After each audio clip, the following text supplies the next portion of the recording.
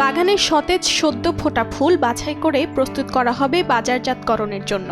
নানা রঙের ফুলের সমারোহের দেখা মিলল ফ্যাক্টরিতে। প্যাকেটজাত করার মাধ্যমে বিক্রি করা হবে দেশে ও দেশের বাইরে। চীনের ইউনান প্রদেশের ফুল জনপ্রিয় হয়ে উঠেছে বিশ্ববাজারে, যা উন্নত চাষ প্রণালী, পরিবহন ব্যবস্থা ও অংশীদারিত্বের ফলে সম্ভব হয়েছে।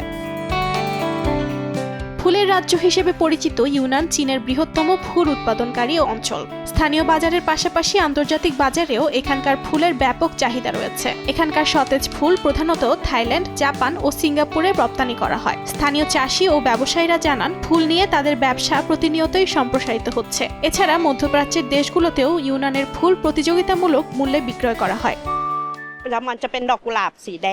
আমরা প্রতি মাসে থাইল্যান্ডে প্রায় 20 ট্রাক ফুল পাঠাই। তবে চলমান উৎসবের বিশেষ মৌসুমে এর পরিমাণ বেড়ে দাঁড়ায় 40 ট্রাকে। প্রতিটি ট্রাকে আনুমানিক 4 লাখ ফুলের ডালা থাকে। বর্তমানে প্রতি সপ্তাহে 6 থেকে 10 টন ফুল বিশ্বের বিভিন্ন দেশে রপ্তানি করা হয়। সক্রিয় বাজার সম্প্রসারণ ও কার্যকর সরবরাহ ব্যবস্থার কারণে বিশ্ববাজারে শক্ত অবস্থান করে নিয়েছে ইউনানের ফুল ব্যবসায়ীরা। অর্জিতা সোহেজিন, সময় সংবাদ।